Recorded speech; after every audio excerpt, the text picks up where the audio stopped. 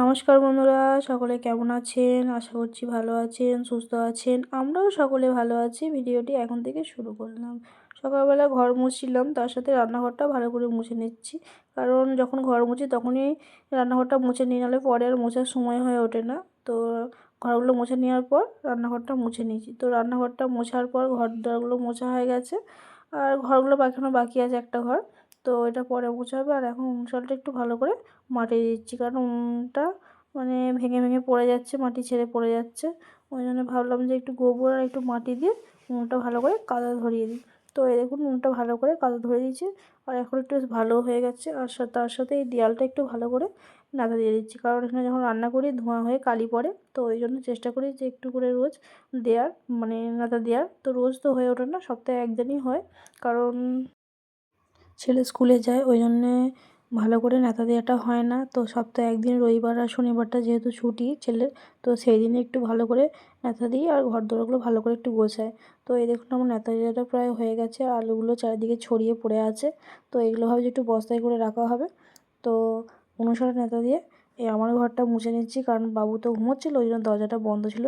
তখন আর যখন অন্য ঘরগুলো মুছছিলাম তখন আর এই ঘরটা খুলিনি, কারণ খুললে উঠে পড়বে, যদি উঠে পড়ে ওই জন্য মোছা হয়নি। তো এখন বাবু ঘুম থেকে উঠে পড়েছে, তো আমি এখানে ঘরটা মুছে নিচ্ছি। তো ঘরটা মোছা হয়ে যাবে।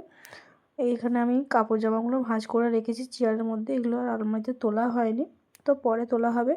এখন দুটো দুটো চেয়ারই ভর্তি কাপড় জামা আছে। তো ঘর মোছার পর তারপরে এখানে আমি পুজোটা করে নিচ্ছি, কারণ অনেকটা বেলা হয়ে গেছে, 9টা প্রায় বেজে গেছে। তো ভাবলাম যে পুজোটা সেরে নিই। তো পুজোটা যখন করছিলাম তখনই আমি ভাতটা বসিয়ে দিয়েছিলাম। তো এখানে ভাতটা হয়ে গেছে। তো ভাতটা হয়ে গেছে বলে ভাতটা ঠান্ডা করে একটা গামলার মধ্যে ঢেলে নিচ্ছি। আর এইখানে কড়ার মধ্যে মাছগুলো ভাজতে দিয়েছি। তো এখানে মাছগুলো ভাজা হয়ে গেছে।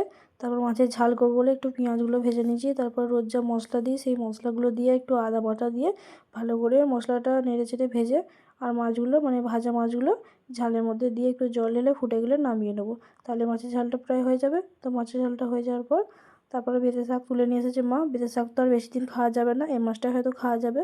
তো আলু ভাঙা ছিল, সেখান থেকে বেঁচে শাকগুলো নিয়ে এসেছে। তো এখানে এই দেখুন বেঁচে শাকগুলো ভেজেছি। আর তারপরে হবে বাঁধাকপির তরকারি। তো বাঁধাকপির তরকারিটা গ্যাসেই হবে। তো ওই জন্য উনুন শালটা ভালো করে নিকিয়ে নিয়েছি, নেকানোর আগে ভালো করে পরিষ্কার করে নিচ্ছি, কারণ রান্না হয়েছে। তো আনাজ খোলা, পেঁয়াজ রসুন খোলা, ধুলো সব রয়েছে বলে উনুন শালটা ভালো করে ঝাঁট দিয়ে আর এই মশলাগুলো এই বালতিটার মধ্যে রেখে দিচ্ছি, পরে ফেলে দেবো। তো আমার এখানে উনুন শালটা ভালো করে পরিষ্কার করা হয়ে গেছে। তারপরে গ্যাসে আমি যখন উনুন শালটা পরিষ্কার করছিলাম তখনই গ্যাসে বাঁধাকপিটা ভাজতে দিয়ে গেছিলাম।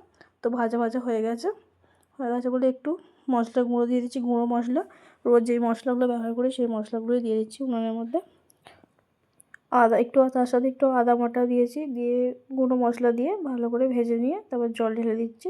তো জল ঢালার পর সেদ্ধ হয়ে গেলে নামিয়ে নেবো। তো মাছের মাথাটা ভেজে রেখেছিলাম, ভাবছি যে বাঁধাকপিতে মাছের মাথাটা দেবো। তো এখন সেদ্ধ করতে দিয়েছি। তো সেদ্ধ হয়ে গেলে এই দেখুন আমার বাঁধাকপিটা সেদ্ধ হয়ে গেছে। আর এখানে মাছের মাথাটা ভেঙে বাঁধাকপির মধ্যে দিয়ে দিচ্ছি। মাছের মাথা দিয়ে বাঁধাকপির তরকারি করলে খুব খেতে ভালো হয়। এখানে তো আমার বাঁধাকপির তরকারিটা রান্না হয়ে গেছে। তো ভিডিওটা এখানেই শেষ করলাম। দেখা হচ্ছে পরের একটি ভিডিওয়।